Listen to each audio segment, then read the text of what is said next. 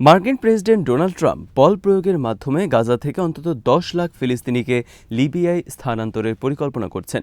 ট্রাম্পের এই পরিকল্পনা বাস্তবায়িত হলে তা হবে ১৯৪৮ সালের মতো, যখন ফিলিস্তিনি ভূখণ্ডে ইসরায়েল রাষ্ট্র প্রতিষ্ঠার সময় লাখ লাখ ফিলিস্তিনি গৃহহীন ও দেশান্তরী হতে বাধ্য হন। ফিলিস্তিনিরা এটাকে তাদের প্রথম নাকবা বা প্রথম মহাবিপর্যয় হিসেবে স্মরণ করেন। এখন ট্রাম্প প্রশাসন ১০ লাখ ফিলিস্তিনিকে গাজা থেকে বিতাড়িত করলে তা হবে ফিলিস্তিনিদের জন্য দ্বিতীয় নাকবা বা দ্বিতীয় মহাবিপর্যয়। এই মহাবিপর্যয় কেবল ফিলিস্তিনিদের জন্যই নয়, বরং বিভিন্ন আরব দেশ এবং ইউরোপের জন্য বিপর্যয় ডেকে আনবে।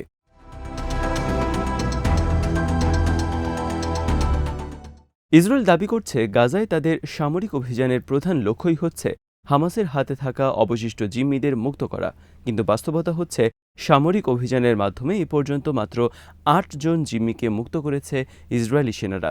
বিমান হামলায় নিহত হয়েছে ৩৩ জন জিম্মি, আর হামাসের সাথে আলোচনার মাধ্যমে মুক্ত করা হয়েছে ১৪৮ জিম্মিকে। কাজেই সামরিক অভিযানের লক্ষ্য জিম্মিদেরকে মুক্ত করা নয়, বরং ফিলিস্তিনিদেরকে নির্বিচারে হত্যা করা ও গাজা ছেড়ে চলে যেতে বাধ্য করা।